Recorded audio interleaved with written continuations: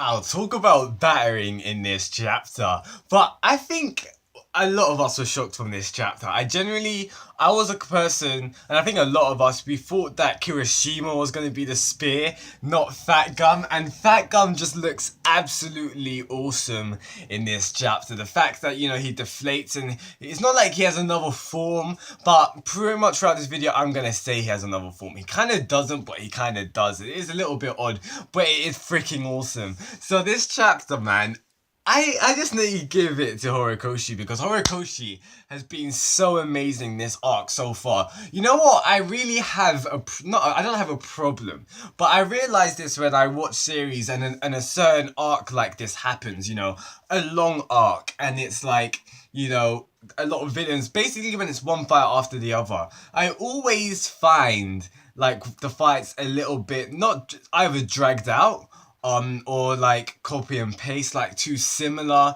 or sometimes I just find it is like not impactful enough. And I have to give props to Horikoshi because he's so far the fights that he's been giving us, it is so refreshing. It's so, pardon me, it's different, it's awesome. It's not like the last one. If you like, for example, if you look at the fight between the fight that's happening now and the previous fight, it's totally different. It's like it because there's a real tendency for it, because we're literally getting it one after the other. Maybe after this fight we may get another break. I don't really know what's going to be happening after this fight, but there's been so far it's been a fight after the other, even though there's only been kind of two fights. But even still, it doesn't seem like, oh flip, we're going into another fight. Like, it doesn't seem like tiring, if you see what I mean. So I really give it props to Horikoshi because it's been so fluid. And I just think it's been amazing because I've just been so engaged with the story. I've been loving it. Like, I love the fight with Amajaki. That was phenomenal. And I'm loving this one as well. I'm not gonna lie, I think I may like this one better than the previous one as well. And that's saying something because last fight with Amajaki, Sun Eater, that was so hype. So either way, let's get into this. And you know what? I don't really know what I'm gonna title this video as or anything, but all I can say is I really do think this was a win for Kirishima. I really think it was a major win for Kirishima. Now, this chapter, once again, it's pretty much been this arc. When the arc started, when in like chapter 118, not 118, sorry, that's so wrong. But the first time Kirishima fought that drug guy, around that kind of time, when those chapters were coming out, we really did get a showcase into Kirishima's character and the fact that he was a very insecure person. And I really think this fight was a win for Kirishima. I don't think he's gonna get up. I really don't think he is. And personally, I don't really want him to, actually. Because I just think it's going to be great for his character in the future, and like, let Fatgum, let the pro shine, So as I was saying, I really don't want Kirishima to get up, but I think this really was a win for him in this fight because we see his insecurity, we see how scared he was. Yet we're in the midst of that, he jumped out in the midst of that, amidst his fears. He went out and tried to get the job done. And I really have to give props, or not Horikoshi, sorry, I need to give props to Kirishima, his character, because that is great characterization for him, and it just shows you the development that he has, and also it just shows you that a massive amount of potential. Like, when he does get the ability, when he does get the strength and the ability to fight villains at that level and not be defeated, the fact that he's thinking on his toes, he's being instinctual, he's putting himself out there to save others, is quality. Like, it's core qualities of what a hero is. And I'm not gonna lie, when I was reading this chapter, I did see a little bit of Deku in Kirishima. Now that's probably because of just the length that Kirishima went to, like, see how bruised and battered his body was.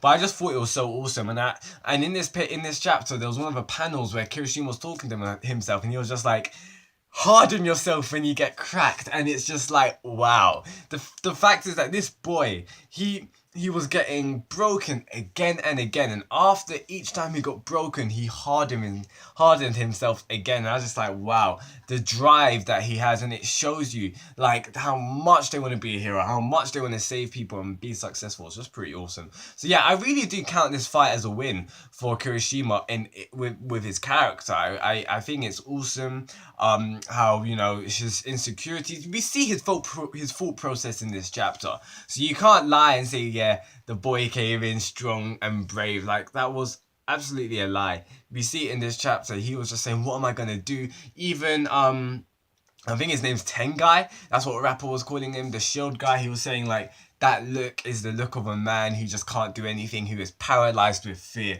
But he came in and he was blocking some of them, so that was hype in itself. Like that was absolutely amazing. So aside from that, Fatgum. Now, Fatgum is so cool. It's just from how awesome he is of a hero. I really loved him before because he was cute.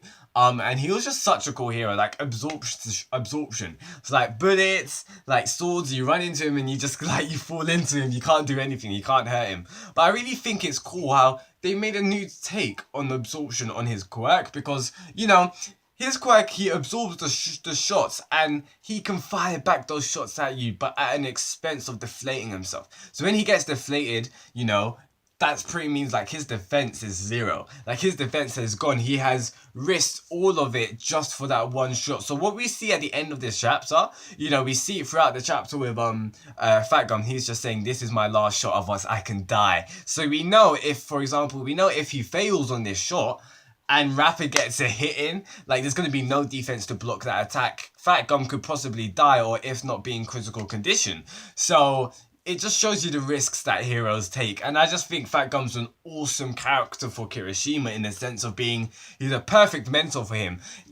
Seeing this fight and the fight before with Sun Eater, you can't not but help to draw some similarities between the characters. Now, I'm not saying that Kirishima is as anxious or shy as Sun Eater. I think Sun Eater's anxious, but I think Kirishima doubts himself to a different extent and it's showcased differently. For example, Kirishima puts on that demeanor of being manly, but truly he does have a bit of insecurities about himself. However, with Sun Eater kind of hides himself from the light. He likes to stay in the background, but when the cards get chosen, when it gets rough, Sun Eater will go out there and he has the power to back it up. Kirishima doesn't at this point in time. So I do think there is differences with their characters, but there are a bit of commonalities. There are similarities with them. And I think Fatgum is the awesome, he should be the best mentor for Kirishima. The best one to polish him up, to make him be more confident in himself. But the thing is with Kirishima, it's very different to Sun Eater because Sun Eater's like, he's not confident in himself, but he does have the skills to back it up. However, with Kirishima, there's a bit more of discussion. There's a bit more of curiosity around him because, for example, this fight, it weren't that he was shy and he had the abilities to beat Rapper. No, he went out there. He went out there thinking he was strong enough and then he got broken. You see what I mean? He got broken by Rapper and then because of that, his ego, his being, his pride got knocked a bit, and we see it in this chapter. The thing is, I really didn't explore it that much into depth last review, and that was my fault. But either way, like with Kirishima, what was I gonna say? He named his form, so his form was unbreakable. So he thought it was unbreakable. Like, not the world. You see what I mean? So he basically said, "My form's unbreakable. It cannot be shattered," and then it gets shattered. So you know what I mean? So Kirishima's character right now, and we see it throughout these past two chapters. So I really do love the characterization that we're getting on, and I'm just loving it in general because I've said it before. I think I said it when he was fighting the drug guy. His character has taken the back seat, in my opinion. He has not been at the forefront like Todoroki or Ida. Like Todoroki, Ida, Bakugo. These guys, they've had character arcs to them. They haven't had whole arcs to them. Some of them have, Ida and Todoroki. You can say Bakugo as well to an extent, but like they've had character arcs. They've had development on them. They've had ample time for showcasing, whereas Kirishima's been a bit behind from them. That's my opinion. Now, obviously, or maybe Horikoshi probably saw that and he's just like, okay, let's get this character a bit more in the limelight because he is a popular character. I think he got, in the last popularity poll, I think he got number 5 or number 6. I may be wrong. But either way, I just think it's awesome seeing him, his character in these fights. And let me not digress. So as I was saying, I just think it's so awesome. The fact is that, we thought Kirishima was going to be the last, but it was actually Fatgum. And it just shows you with pros, not only how, what's the word? It's literally on the tip of my tongue. I really can't remember it, so we'll forget it. But Versatile. Not only how versatile, yeah, I guess that's still a word. It is a word, but I guess that's the word I was gonna use. Not only how versatile can pros be, but in the sense of reacting to any situation. For example, with Fatgum, Fatgum was on it, and this shows you what a pro is like. Fatgum came in, he reacted, he was just like, okay, Kirishima is down, so I need to think of something, I need to come up with a solution, and he did. He put himself out there, and he had a plan. That's the thing. He had a plan, and it shows you the difference so far between the pros and the students. I'm not saying, well, I am saying that it shows you the difference because yeah, the students do have a long way to go, but it is awesome with Class A, and Horikochi's been doing this from the start of the series. How experience really is bringing Class 1A students up the ladder in the sense of how they're able to react to villains, how they're able to think on instinct at times, seeing them throughout this arc, Deku and Kirishima, when they kick the walls down, that's an example right there. This chapter, Kirishima jumping into the fray to save Fatgum. There's multiple examples I could be talking about for ages. It shows you how experience, how they really grown from the experience, and they've took it on the chin, and then be like, okay, let me adapt to that. You see what I mean? They learn something from, for example, from the villain alliance, from the summer camp, everything that they've taken. Class 1A, they've grown because of it, and I think it's awesome. And it's just to be honest, it is a great way to grow. By being exposed to it. It's a good way to not like force growth, but yeah, to stimulate growth, you could say. But either way, this chapter was lit. Like, we even see this is the thing which kind of I think this is one of the things which have been intriguing me the most, and that's definitely the villains and the way that the act towards Overhaul. Now, Tap Rapper calls him Overhaul or Overho, so yeah, it just shows you total disrespect right there. But it just shows you that not all of them are blindly following Overhaul. And then again, it just links back to the previous chapter when one of the goons were just saying how Overhaul's just being selfish. He's going out for his own aims. The Yakuza wouldn't normally do this, and I'm loving it. I really am. It just shows you like, wow, there's a lot of conflicts behind the scenes, definitely. The Yakuza have such a facade. I mean, since we've been introduced to them, they had such a facade of being strong and unified. But you take a peek behind the curtains, and you see a little bit of tension, and I'm wondering if that tension is going to be an advantage to the heroes, and we'll really have to see. But I am a little bit scared. I don't think so, because in this chapter, obviously, when they had a little bit of a scuffle, Tengai, I believe, still shielded Rapper. So either way, I think Rapper's gonna get knocked out next chapter.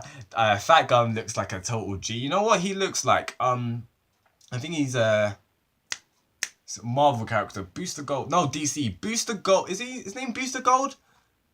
Batman Brave and the Bold. I don't know. Anyway, but either way, Fatgum just looks like someone. He looks like a G, that's all I can say. So, guys, that's enough for me. Please tell me your thoughts in the comments below, what you thought about this chapter.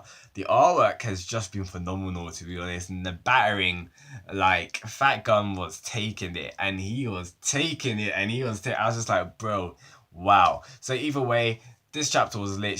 Please tell me your thoughts in the comments below. If you liked anything I'd say, please drop a like. That will be greatly appreciated. And I'll see you next week for that greatness that is chapter 144. Peace out, guys, and goodbye.